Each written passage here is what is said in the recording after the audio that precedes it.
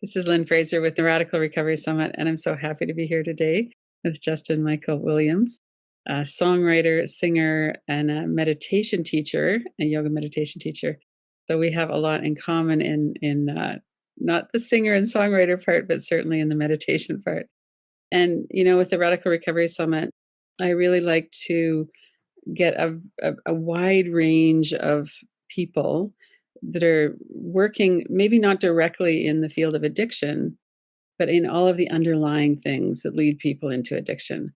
And so that's one of the reasons why I thought it would be really interesting to get your view on this and how it is that you're working with people.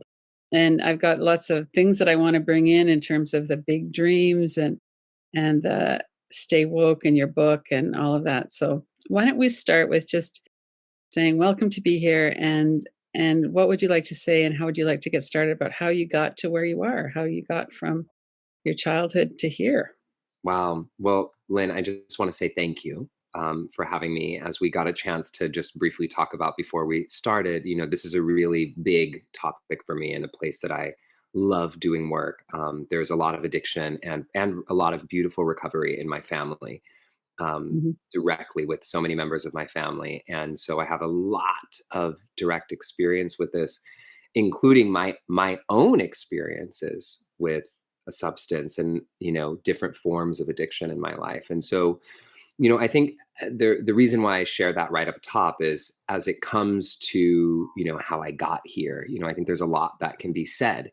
But for me, I grew up quite literally in a home with gunshot holes on the outside of my house, and with domestic violence and with trauma. And what's interesting is, right now, as I'm doing this interview, I'm home with my family, not in the same house, Oh, for the holidays. So this is not my normal background.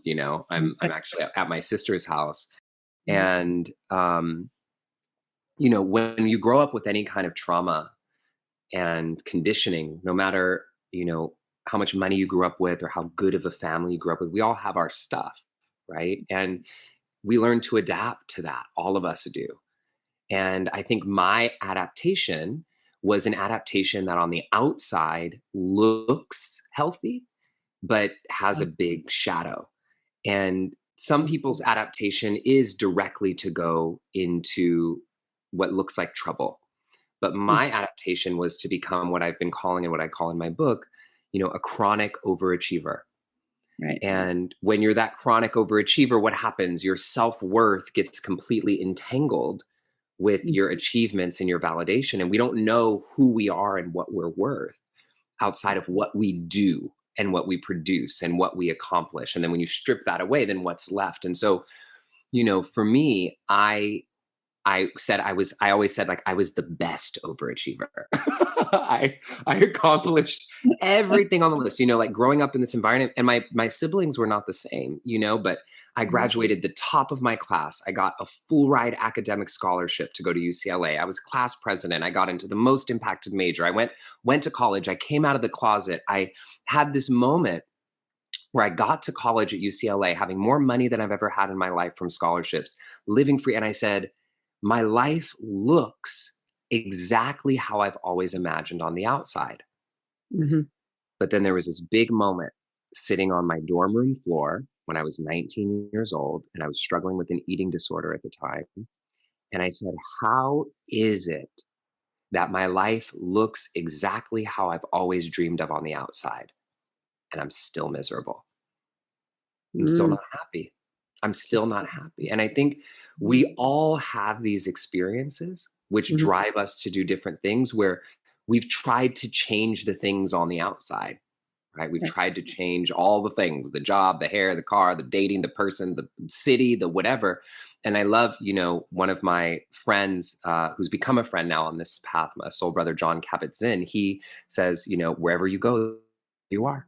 There you are. And there Mhm. you are, and so I tell that story because the way that I got from being boy who grew up in a home with gunshot holes outside of his house, through this crazy path of overachiever, and then my own forms of addiction and self-harm, into being in a space where now I have the blessing, really the honor, of getting to travel and speak and teach and I mean, not much travel happening now, but traveling over Zoom, Yeah, in yeah, 40 countries around the world, and being able to help empower people to step beyond their limiting beliefs and into their dreams is because I had to go through this deep journey myself, you right. know, really of understanding, okay, I went to a therapist when I was 19, and he said to me, "Hey, kid, it looks like you're trying to find all your happiness outside of yourself. Have you ever tried finding it within?" And me at 19, this is 15, 16 years ago. And I'm looking and I'm at him and I'm like, within? Like, what are you talking about? Like, where? Like, I don't know. I Fair. know that there's like a God out there and then there's me, And so, what is this happiness within? And that question is what like set me on this journey of becoming what I think is like a self-help junkie, is what I've become now. Yeah, I think I would probably qualify for that too. Yeah. And then Yeah. just, like you're doing, Lynn, it's just, and then just being excited to share with other people what I think actually works. That's Right. the piece of, I think, what I teach and what I hope to accomplish even today with everybody listening and in Mhm. all of my work is I think there are lots of conversations about change, but very few conversations that actually change something. And so I feel like my role, or what I'd like to do, is get us into conversations that can actually help us change something in a tactical, practical way. So Right. that's the So that cliff. yeah, there's a lot to unpack there. So you're 19 years old, you're wondering where this elusive happiness is gonna be found. So what are you and I've read your book, Stay Woke, and it's a beautiful book and so much practical application in there. So I get what you mean when you're talking about how can we really change. Yeah, So you've come through this really traumatic childhood yeah. with violence and addiction, and then you get to this point where you've discovered that overachieving isn't really actually healing. So what happened then? What was your process then? So back then, this process of realizing that it wasn't working, that is the part that at first, before I started to find my pathway into practice, is what kind of set me into a depression of sorts. And I got, an eating disorder, which in high school, so in college, I mean, right now, you can never tell on Zoom, but I'm about 6 feet tall. I'm really 5'11", but my hair gives me an inch or two. and, and, I weigh about 160 pounds, maybe 165 after the holiday. Mhm. And then in my freshman year of college, I weighed 115 Oh, pounds. mm, Um, I was really tiny and still thought I was overweight. And I think it was just because I was trying to find something like, what's wrong? There must be something wrong that like I haven't fixed. And mhm, still looking outside, looking at my physical body. And what happened that changed everything for me is I was told to try this thing called meditation. Now you have to remember, like when this happened, like I knew meditation was around, but like Oprah hadn't done a meditation challenge. I didn't know any Black people meditating. I never even heard of that. It just was yeah, like this foreign concept to me at 19, not like it is now for kids. mhm, And mhm. I look at the therapist who recommended that to me, and I literally said, "Meta what?" I was like, "Isn't that worshiping the devil? What is that? I don't know about that." Uh-huh. And I tried it a few times and I hated it. I thought it was so stupid. I could not fathom how anybody was sitting there looking at these candle flames for an hour. Like I just was so confused and I just felt like I was doing it wrong. So I gave up. And then one night I went to this party. This is actually not in Stay Woke. And it was one of the stories that had to get cut just for word count, but it's one of my favorite stories. And so I go to this party and I sit down next to this older gentleman. Now I'm in my early 20s, and this older gentleman sits next to me and he leans into me and he goes, "Hey, young man, how was your day?" So just give you the picture. I'm like freshly out of the closet, like 20 years old. Like I had my hair in like a ponytail. I think my eyebrows were done. I was wearing like a hot pink shirt.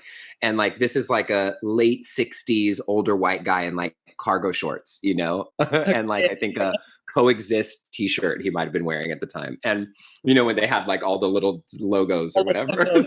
Yeah, all the symbols. And so he leans in, how was your day? And I said, oh, it was okay. I said, I went to this meditation thing, but I hated it. And I lean into him and I said, have you ever heard about meditation? Little did I know, I'm sitting next to one of the world's most renowned meditation teachers and scholars, Sanskrit scholars named Lauren Roche. Uh-huh. Can you just imagine my little ass, like, have you ever heard about meditation? You know? And he goes, well, I have actually. And so he Yeah. starts asking me questions. He didn't tell me he was a teacher. Mhm. He just starts asking me questions. Why? And I start telling him about how I grew up and telling him about this happiness within and telling him about my trauma. And he rips off a piece of paper and writes his phone number down on it and says, all right, kid, here's my number. If you want to learn to meditate, meet me at the beach at the end of Ocean Park Boulevard in Santa Monica tomorrow at 9:45. And I was like, well, I have class at 9:45. Can we do another time? And he goes, can we do 10:45? I said, okay. So I get his number. And to be honest with you, I thought he was trying to pick me up. I didn't know what was going on. I said, meet you at the beach. I'm not sure, because I didn't know he was a teacher. And so Right. after that happened, I went to one of my friends and told her what happened. And she goes, oh my God, do you know who that is? Like he wrote Meditation Made Easy. He wrote the Radiant Sutras. He wrote these incredible books. You should go. He charges all this money to go. So I Mhm. go. And the practice that I did with him that day, which is a similar practice I'm going to do with you all today, changed the trajectory of my whole life. It was one of those moments where you go, my life after that and before that were two completely different things. So I Mhm. sit down with him and I do this practice. And for the first time ever, I felt like I was somebody who was actually meditating, not someone who was trying to meditate. And Mm. for the first time ever, I felt like I actually felt a future where my possibilities were bigger than my circumstances. And Mm. for a boy growing up how I grew up, and for those of us who have dealt with addiction or all the things that we're dealing with, like to see a future where possibility is bigger than the circumstance is a big deal, you Yeah. know? And so the end of that story I'll just share is I finished the practice and Lauren says to me, all right, kid, I want you to try this every day for 2 weeks. And I want you to check in with me every single day. Mhm. And if you feel like this works for you, I'll teach you everything I know. And I look at him and I was like, why? Like, I'm still thinking, what does this guy want? And I'll Right. never forget these words that he said. He said, in all my 40 years of teaching, I've never come across somebody who looks like you and who's gone through what you've gone through, who's been interested in this practice. And one day, I think there are going to be people who need to hear your voice who don't need to hear mine. That's And beautiful. I said, I think I was a stupid kid. So I was like, no pressure or something stupid like that. But the rest is history. I ended up apprenticing with him for 3 years, traveling, speaking, teaching. And then the moment came, for my voice to be shared. And that's led to, the work that I'm doing right now. Mhm. Mhm. So one of the things you talk about is the effect of trauma as being that where all of our dreams are going towards security and safety and not going into a life that we actually might want to have. Can you talk about that a little bit? Yeah. So when we grow up with any form of trauma, this is so interesting. I was just talking about this with a friend last night.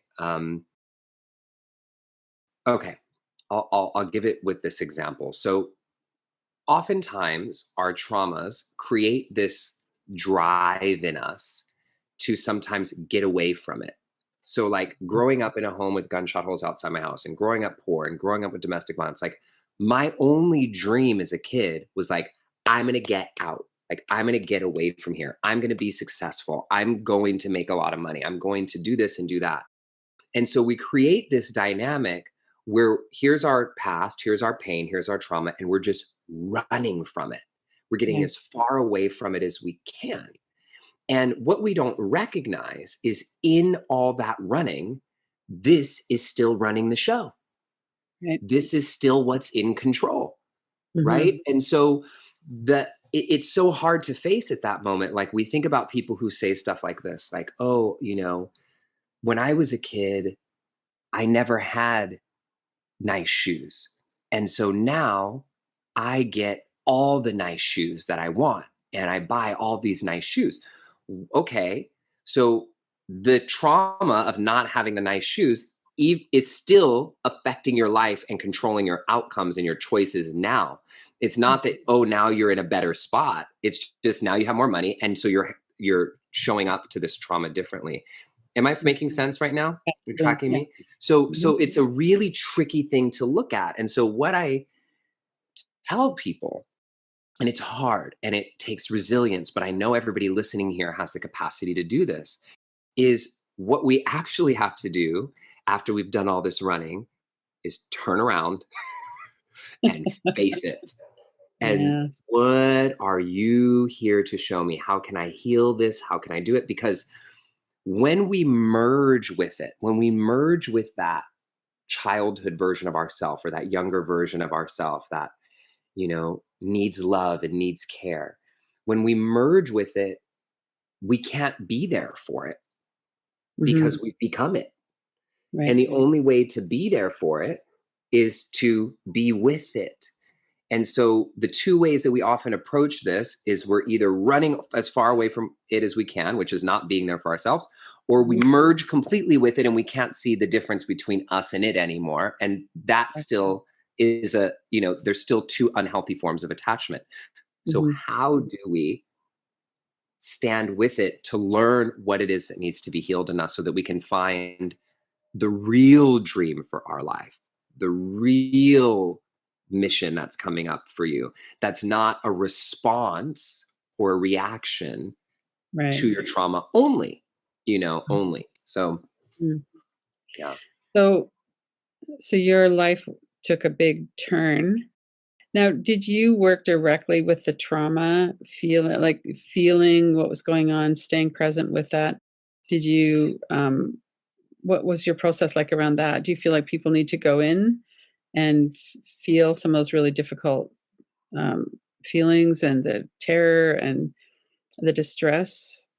Yeah, Or, yeah, I do. experience too. And Yeah. I avoided it so bad. Like I became for a while, for a long while, one of the people who just was all about love and light.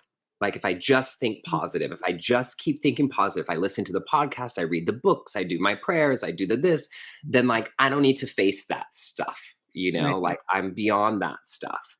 Mhm. And then one of my teachers, her name's Sienna Sherman, one day she said to me, she was encouraging me to do, and I was doing therapy, I was doing that, but she was encouraging me to dive deeper and Mhm. go into doing what's called shadow work, which I weave a little bit of it into the book, but without calling it that, And Yeah. um, shadow work, for people who are going, what's that? It's the things that are controlling your life from the background without you realizing it. So it's Right. the example of now you're buying all the nice shoes and you think that means that you've overcome your thing, but actually that trauma is still controlling you.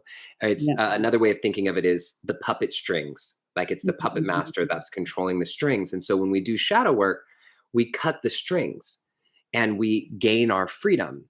And um, I'll say this. So the difference between like traditional therapy, which I'm not saying is bad, I do traditional therapy still, and shadow work is one of the ways traditional Western therapy is built is similar to all other Western medicine. Like it's often treating the symptom. And Right. so you come to therapy with what? You come to your therapist and you tell them what you're aware of as a problem. But what shadow work is working on is what's not in your awareness that's creating all these damn problems in the first place. Right. You Exactly. know? And Yep. so that's the difference. And so I was avoiding it. And one of my teachers said, Justin, the bigger the light, the bigger the shadow it casts. And I went, shit, I probably have a big shadow. You know? Yeah. Yeah, exactly. We all do. And so yes, and yes, you need to face it, Mhm. and you can't do it alone, fully alone. You Mhm. know, certain things you can do alone, and certain things you need some support. Mhm. And I need support. Like I can't, even with all the capacity and stuff that I have, I can't even do it all alone sometimes, many Mhm. times. And so Mhm. what I tell people is, when you feel like you're stuck and you're hitting a roadblock, you're not wrong. Nothing's wrong with you. You haven't done anything bad. You just need some support to get you through. And that support now, luckily, in the way that we're living today, it's so available. Oh, It, absolutely. it's Mhm. more available than it's ever been before. And summits like you're doing, Lynn, and podcasts and books and group coaching and uh, group therapy and free. There's so many things. Um, Mhm. so anyway, I think in, I'll close this section by saying, when we turn toward our pain instead of running away from it. And I know we have to do the running away first. It feels like almost what's required first. We have to Mhm. run away. And that even sometimes is helpful because it gives us a distance to see it. And so, but when you Mhm. turn back toward it, that's when you can look at it as, this pain is actually a flag. It's an indicator. It's a marker in the ground that's showing me this is where I need to grow. This is where I Right. need to learn. And when you learn and grow in those areas, that's when your life, it just unlocks. The Mhm. cycles stop. And yeah, anyway, I can go on and on about that part, but Mhm. I'll stop. Well, I'm trying to think of the direction to go from here because there's so many places we could go with this. But let's go with community for a minute and not doing this alone and go into social justice, racial inequality. You talk about that as well, and how the intergenerational standing on the shoulders of people that have come before, and that this is the time now that we need to take this seriously and do this work. Yeah. So maybe you could just expand on that a little bit. We're in a really fascinating time in history right now. Mhm. Fascinating. Mhm. And what's so fascinating about it is, and I've talked to a lot of mentors and friends who were very active and around in the classical civil rights era, in the Mhm. 1960s in the US. And they all say, this does not feel like that. This is Mhm. different. This is something completely different. And the reason for that is we are the first generation, and by we I mean all of us here together on the planet right now. Like, we're the first generation with the opportunity to even do this work at the level that we are doing it. This is Mhm. the first time in history there's New York Times best-selling books about race Mhm. on the list for 5 months straight. Mhm. And entire research institutions and programs and all the things that we have in social media to have this discussion at the level that we're having it. And so what I say is, this is our responsibility to be what Layla Saad so beautifully calls a good ancestor. Mhm. This is our chance to be a good ancestor and to come together, because our ancestors, all of our ancestors, like, most of them didn't have the opportunity to think about mental health and manifesting and life purpose and Mhm. no, none of that stuff. Like, just trying to survive, just trying to create the possibility for the future generation. And guess what? We are that generation. Like, Right. we Mhm. are. And so I think a lot about this word liberation. I have a program that I've just got done hosting and that will be happening again in 2021, called the Liberation Experience, really uniting and bringing people together across divides to learn how to have these conversations and come together in community for people who really believe in the possibility of coming together and creating change and uniting. And when we first start the program, the liberation experience, we talk about this word liberation and what does it mean? Because it's a word that gets thrown around a lot these days. Yeah, it does. And liberation, if you look it up in the Oxford Dictionary, means both becoming free and setting free. And Oh, so it's fascinating when we think about it that way, because we think so much about our personal liberation, our personal growth, our personal mhm, self. But the impact that that has, if we look at like an infinity symbol, on our possibility for setting others free mhm, is humongous. And this sounds very theoretical, but just in a very practical way. One of my favorite quotes is from a woman named Sheila Marie, and it says, "What doesn't heal repeats. What mhm. doesn't heal repeats." It Yeah. just keeps going. It's going to keep going in your life in cycles and cycles and cycles with a different person, a different boss, a different partner, a different something. And if you Mhm, don't heal it, guess who gets to heal it? Your kids, your family, your this. It just keeps going. And this is the mhm, same for recovery and addiction, right? Like my grandfather was in recovery, mhm, my dad was in recovery. I now personally have not been in recovery, but I say I practice sobriety because I've worked on, okay, what is this part of my personality? I know it's coming. My dad and my grandpa have done this work. We've gotten to have deep talks about it. And I mhm, don't drink. I just don't. I have had four years now, no alcohol by choice, not from recovery. And I'm not saying that recovery or not, I'm not placing any judgment on that. But what I'm saying is I get to have a completely different relationship with it because mhm. of the work that was done for the generations before me. Right. And Yeah. so the work that you are all doing is setting up what's coming in the future. Mhm, mhm. So that's, Yeah. anyway, you got Mhm. it. Well, and one of the things that comes to mind is I was doing your meditation, but as a lesbian in feminist and really activist in the 70s and 80s, I look at my life now, and one of the things that occurred to me is I'm not as much of an activist as I used to be. Mhm. And but when I really look at it, what I'm doing is helping people heal from their trauma, and that's also a form of activism. Because I was feeling kind of like, well, what happened to all that fire from when I was this young person who was just on fire for justice?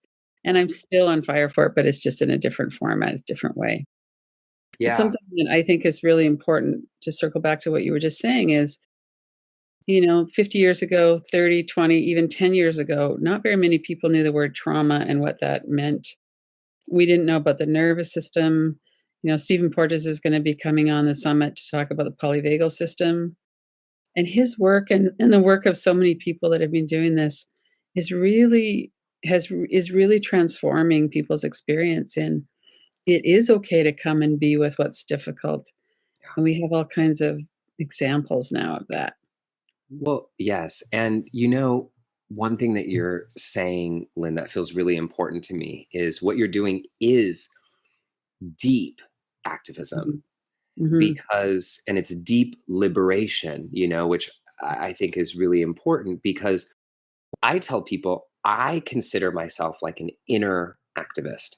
And Mm. when people first hear me say that, what happens to a lot of my friends who are like in the classical activist community is they roll their eyes and I think, okay, what do you do? Because I'm not somebody who is best used protesting or marching. Like I'll go, but like organizing that is not any use of my skills. It's not using any of my skill sets. And so the reason why the inner activism part is so important and what you're doing is so important and this work that we're all doing, everybody who's here is important, is because if we don't do the internal work that it takes to actually change the external circumstances, then all the external work we're doing will never have the impact that we want it to have. Yes, And it that's so. sounds, it's like we can use every hashtag in the books. We could Black Lives Matter. We can defund the police. We can elect a new president, which we just did. We can do all this kind of stuff. But if we haven't changed within, we're just going to end up rebuilding the same thing. Yeah. It's the only thing we could possibly do. Because what is a nation? But Marianne Williamson says this: what is a nation but a collection of individuals? Right. And so we have to change internally first, and not saying change first. First is probably a wrong word. What we need to do is our external work needs to be met and matched with the Yes. same level of internal work, not because the external work and the protesting and the marching and the systemic, all that doesn't matter, but because it matters so much that we have to do the internal work so that it can last. Right. Yeah. And so I just want to add one more piece onto this, if that's okay, because I think, this sounds for a lot of people, they're like, okay, sure. But to thread this through, and I think this threads our conversation so beautifully, how many people listening have been in a relationship with somebody, whether it's romantic or not, got out of that relationship because you realized it wasn't right for you, then got into a new relationship with a completely different person, and soon realized you're in the same relationship, but with a different person, with a different name, same problems, same conversation, same stuff. That's because you haven't changed within to show up for any relationship differently. And so you're going to keep creating the same relationship. And that goes with your relationship with people, your relationship with your body, with your job, with your creativity, with your money, and with social justice. And so this is for me why I say that I'm doing the internal part of the activism so that the people who are doing the external part can have like so much more force and power with what they're doing. And that's what you're doing. So yeah. So that seems like a good lead up to a guided meditation. Do you want to yes, do that now? sure. Yes. All right. So we're going to do a practice that's very similar to the practice that I did on the beach that day with Lauren. I always love guiding people through this. And I call this practice the Dream Bigger meditation. And what I'll invite you to do as we do this practice is to first get very comfortable. So however you're sitting, just see if you can get like 5% more comfortable than you are now. So just like chill. I'm just going to actually kind of sit back a little bit. And if you hear any noises, the neighbors have a dog, something, if you hear anything, just, it's not bothering me. Try not to let it bother you. Just welcome it in, even in your own space. And I always think of it like every time I'm going to lead a meditation and somebody's dog starts barking, I'm like, isn't that how life works? Right. Right when we think we're going to get calm. Now here we go. Start by sitting. And I want everybody to start with their eyes open. And find something in the space that you're in, not the screen preferably, but something in the space that you're in to look directly at. And it could be a spot on the wall. It doesn't have to be a special spot, but I want you to focus your eyes on one point in your space that you're in your room. And try to look at this spot without moving your eyes, and then place your hands over your heart, one over the other. Take a deep breath in, looking at this space, and a deep breath out. And now, looking straight at this point without moving your eyes, I want you to start to expand your peripheral awareness. So notice how, without moving your eyes, notice how far to the right of you can see without moving your eyes from this point to the best of your ability.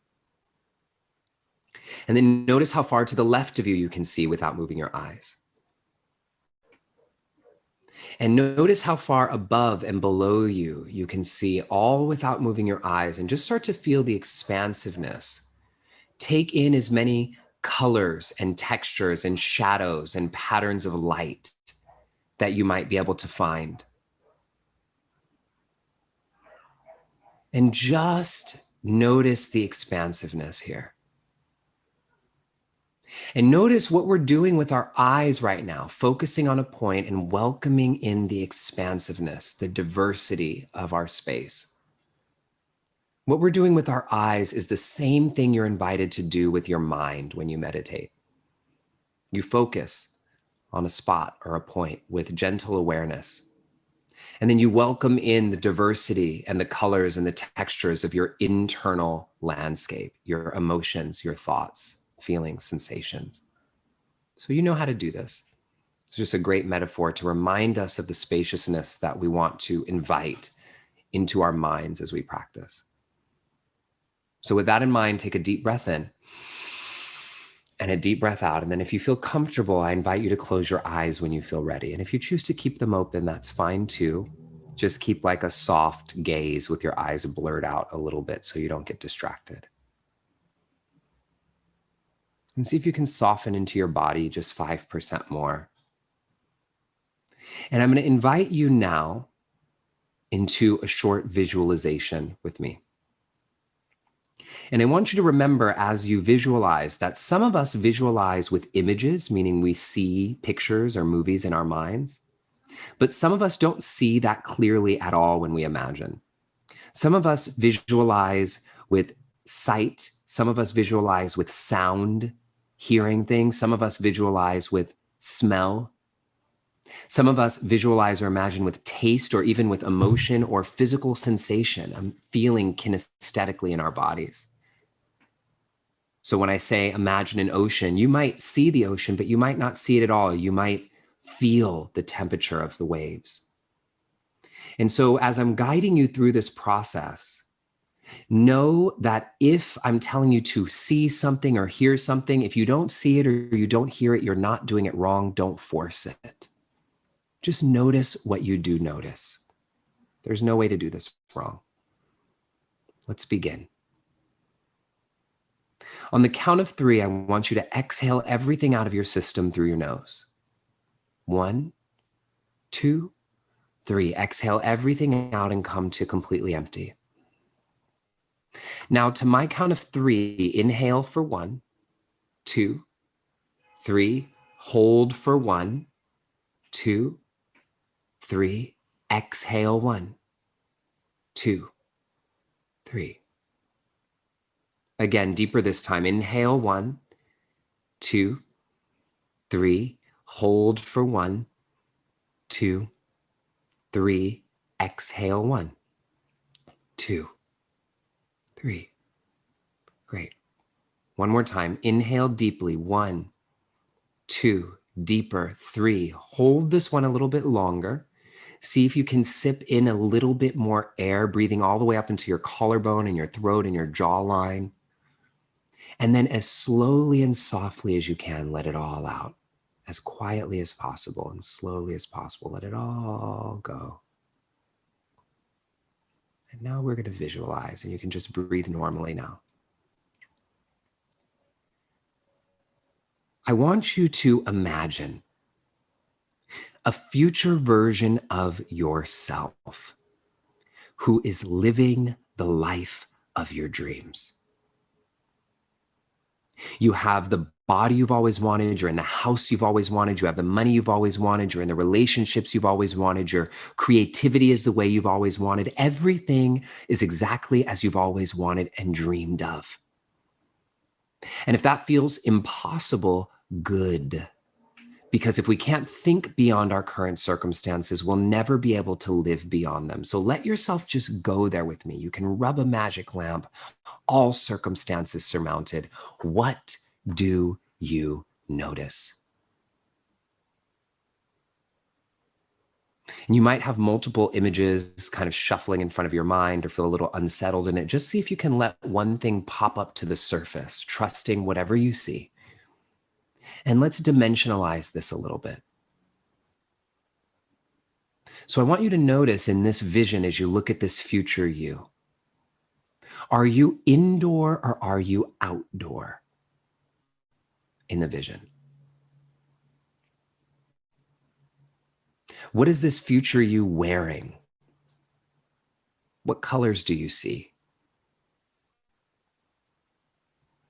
And what's happening in the environment around you that indicates to you that you're living the life of your dreams?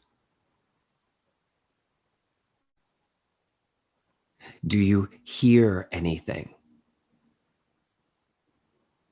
Do you taste anything? Do you smell anything?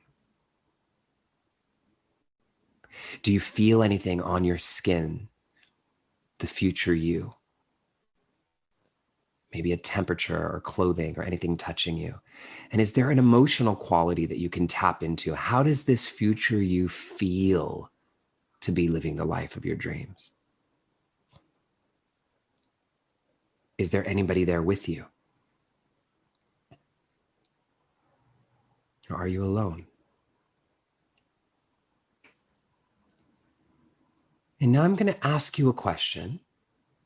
And I want you to answer this question using 1, 2, or 3 words, first words that come to mind. Here's your question. As you look at this future version of you who's living the life of your dreams, what energy do you need to cultivate more of in your life now, today, to become that person that you're seeing in your vision? I'll ask it again. What energy do you need to cultivate more of in your life now, today, to become closer to being that person that you see in your vision? 1, 2, or 3 words.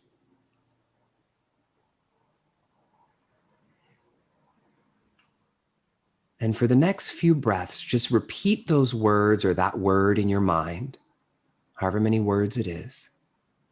And imagine on your inhale, you're inhaling the energy of these words. It's healing you, soothing you, covering every crevice of your inner and outer body like you're taking a shower in it on each inhale. And on the exhales, imagine you're sending that energy out to everyone who needs it. So inhale, the energy comes into you. Exhale, you're sending the energy out to everyone who needs it. And just do 3 more rounds of that on your own cycle, breathing a little bit more deeply. Inhaling what you need, bathing, soothing, healing, cleansing. Exhale, supporting, offering it out with love. One more breath. One more breath in. And when you exhale, go ahead and start to come back. And when you feel ready, open your eyes. And welcome yourself back. So give you a moment to just settle with that. For some people, a lot arises. And for some people, not that much arises, which feels like a lot because you're like, not that much arose, what happened? And so I want to just tell you how powerful what we just did was. Simple, sounds simple. But every personal growth, anything that you've ever read or done, follows some version of this system. It says, here's who you are now. Here's who you want to become. There's a gap. And notice I didn't ask you, what do you need to do to fill the gap? It's who do you need to be? Who do you need to become to fill this gap? And what's happened in wellness and in mindfulness, and as we're really decolonizing our wellness and mindfulness practices these days, what's happened is we've been trained to think that we have to constantly look outside of ourselves to ask a teacher or a guru or an app or a person, hey, you out there, can you tell me what I need to be well? Can you tell me? And then we do these practices and they don't quite fit and then they don't work. And then we feel like we're doing something wrong. And then we have to do another program and another thing. And we end up in this cycle. But at the same time, we're told the answers are within. Mm-hmm. And so what every single person doing this practice right now proved is that you know what you need. You know what you need. Mm-hmm. And so I don't know, Lynn, if you don't mind sharing what words might have come up for you. Creativity was the first word that came up. That's beautiful. Mm-hmm. And so what I tell people And this is a very shortened version of a practice that I do in my book. But what I tell people is creativity is your word. And for you to become the highest expression of you, what you need to infuse into your life is creativity. Now, somebody else's word might be peace Mhm. or might be confidence. And so, if I'm guiding all of us through a meditation that's a peace meditation, is it going to be harmful? No. Is it going to sustain you, Lynn? Nope. Because what you need is creativity. And just like for me, like there's a moment in my life, like before I'm going on stage, like what I need is like power, radiance, energy. And if I not peace, you know what I mean? Relax. And so I'm not saying anything's wrong with peace. I'm Right. just saying that everybody has what's called a unique energy signature. And Mhm. it's the energy that you need to cultivate in your own life. And how is this activism? How is this liberation? It's because as you cultivate that in your life and you become free, you can then set others free. Right. Right. And so Hmm. that's how it That's works. And so, powerful. yeah, Mhm. people can use these words just like we did. I cover a lot of different ways in my book, but one of the Mhm. simplest ways that we just did right now, you could do it for 2 minutes. You think, what is the word that I need? And you just Mhm. breathe it in 5 breaths. That's Mhm. a start. That's a start. Mhm. And if Mhm. you do that before a meeting, before a difficult conversation, before you go into anything, I promise you, who you show up as will be different. Mhm. And so that's how we change not just what we do, but the outcome of what we do by Right. changing who we're being. Mhm. And it's very personal. Yeah. Yeah, for sure. So let's talk about how people can get engaged with your work. You have a beautiful website, the Stay You Woke, kind of the way it mirrors the book as well. All kinds of free guided practices, very interesting ones. It never occurred to me to kind of look in meditation at some of the things that you're looking at. So I was really fascinated by some of those. And you have a beautiful voice for leading meditation as well. You have Oh, that thank you. safety that people can kind of settle in with. So how do people what are you offering that people could get engaged with? Yeah, so there's a couple ways. So the book is called Stay Woke, a meditation guide for the rest of us, and that's everywhere. You can find it anywhere you can get a book, you can find it. And so if you search for that. And the Mm, second thing is, if you're not ready to go into that, if you just go to my website, justinmichaelwilliams.com, I have free teachings that are up every single Sunday on my blog that you don't even have to sign up for. You just can look, it's there every Sunday. We do something in my community called the Kingdom. And it's, if you imagine church, Super Soul Sunday, and a TED Talk having a baby. Boop. It's that every Sunday, and it's totally free for everyone always. There's no donation bucket passed. You just come. It's our community's way of coming together. And now you are all welcome here into our community. So if you just go to my website, which is justinmichaelwilliams.com, that's justinmichaelwilliams.com, you can see all of the previous episodes of the Kingdom in the blog. And you can also just click on the Kingdom in the menu bar and join us live online one Sunday morning, depending on where you are in the world, if it's morning or not. It's at 11:11 a.m. Pacific time. So you'll have to adjust that for wherever you are.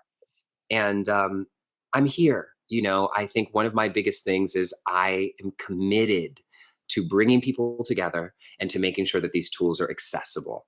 And so, mhm, if any of my programs you want to join, I have scholarships for every single program that I do, full scholarships for every single program that I do. If there's anything that you want to see, I have hundreds of meditations online, hundreds that are mhm, free for everyone. And so just use it, grow, change, and help set yourself and others free. mhm. Yeah, that's beautiful.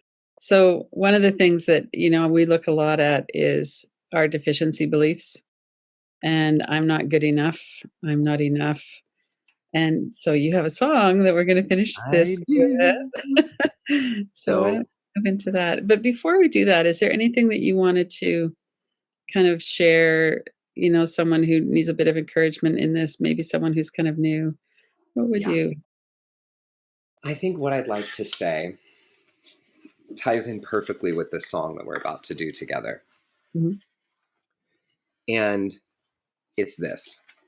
It's that no matter how much you read, no matter how many podcasts you listen to, summits you do, how much you learn or grow, there's always going to be that child inside of each of us who just wants to know that they're enough, Mm. not just for what they do, but for who they are. Mhm. And there's this quote that I love, that it's never too late to have a good childhood. I think it's kind of, but it's an interesting one, because what we learn is we get to show up for ourselves in Mhm. the way that people maybe didn't know how to show up for us. So when you come across these moments in your journey where you feel like you're not enough, where you feel like you've hit a rough patch, where you feel like you're not sure what to do, know that every single bump in the road is showing you how to find your way back to center. And you just get better at it and better at it and better at it. And what all the studies show, and this is not even woo woo, this is like, and I could be a little woo woo, but this is not woo, this is science.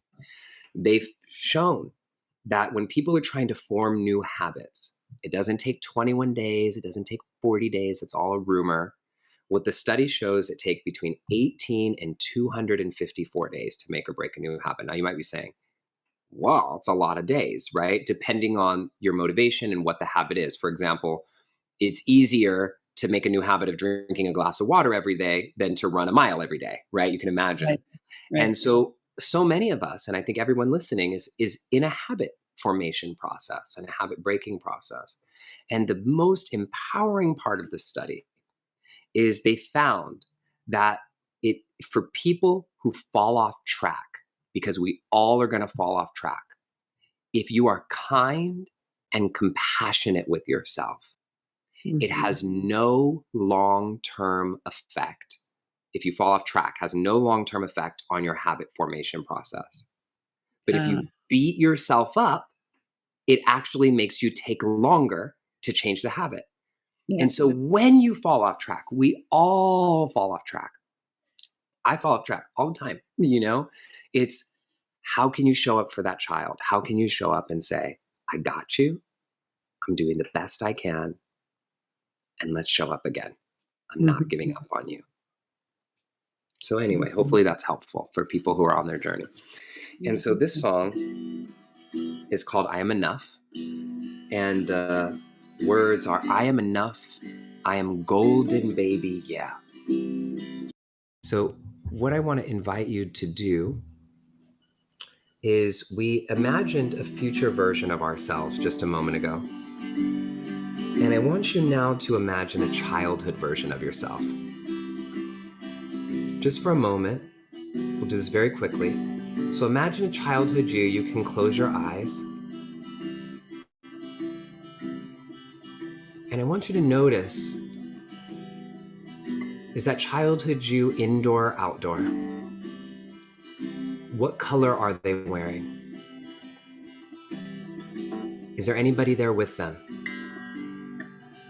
And most importantly, what did that childhood you need most in their life at that time? What did they need to hear? What did they need to know? And right now, we get to tell that child inside of each of us that they are enough, that they are worthy, and that we're not giving up on them. This is I Am Enough. Little girl, don't cry. You've been in pain enough. No. Little boy, don't hide. You've been afraid enough. One day I'll look into your eyes, show you you don't need to hide behind disguise. No. Spread your wings, you're terrified. Don't be afraid, you're born to fly. I'm by your side, yeah. I am enough. I am golden, baby, yeah. I am enough. That's the words. Come on. I am enough. Oh, I am golden, baby. I am enough. I am enough. Oh, little boy, it's alright. You've taken the blame. You've taken the blame. Enough. Enough. Little girl, don't hide. You've been ashamed. Enough. One day I'll look into your eyes, show you you don't need to hide behind disguise. No. Spread your wings, you're terrified. Don't be afraid, you're born to fly. I'm by your side. Here we go. Say, I am enough. Hey, I am golden, baby. I am enough. Try even whispering it with me for your heart. One more time. Come on, together. I am enough. I am golden, baby. I am enough. I am enough. Oh, you are enough. You are golden, baby. You are enough. All right, so for the last round, I want you to put your hands over your heart, and you're gonna say, you are enough, like you're singing it to that childhood you inside of you. You can either sing it, or you can say it, or you can whisper it, whatever works for you. Come on. You are enough. You are golden, baby. You are enough. All right, you get another shot, like you mean it. You are enough. To that child in you, say, you are enough. You are golden, baby. You are enough. Last time, we're gonna go till we are enough. We are enough. Hey, we are golden, baby. We are enough. This is our moment. We are enough. This is our time. We are enough. Oh, we are golden, baby. We are enough. All of us in the world, everybody together. We are enough. Come on. We are enough. We are golden, baby. We are enough. We are enough. Oh, we are enough. We are golden, baby. We are enough. We are enough. No. Ooh, I am enough. I am enough. All of us. You are enough. You are enough. Together. We are enough. So just feel that in your heart for a moment. Feel it reverberating through you. Like a meditation. And as you let your visions and your dreams expand, I want you to know that no matter who you are, no matter who you love, no matter how much money you have in your bank account, no matter what color your skin is, that you are enough. You are golden, baby. And I love you. So thank you so much for having me. Oh, that was really amazing. an honor. Yeah, that was incredible. Thank you so much for being here. Thank you. And thank you just so much for the work that you do in the world. Thank you for the work that you're doing, Lynn, and thank you for everybody listening. May you continue to rise and free yourself and free the world so that we can be the good ancestors that we were put here to be. I love you all so much. You're doing great work, and I can't wait to continue connecting with you all and see you somewhere else along the path.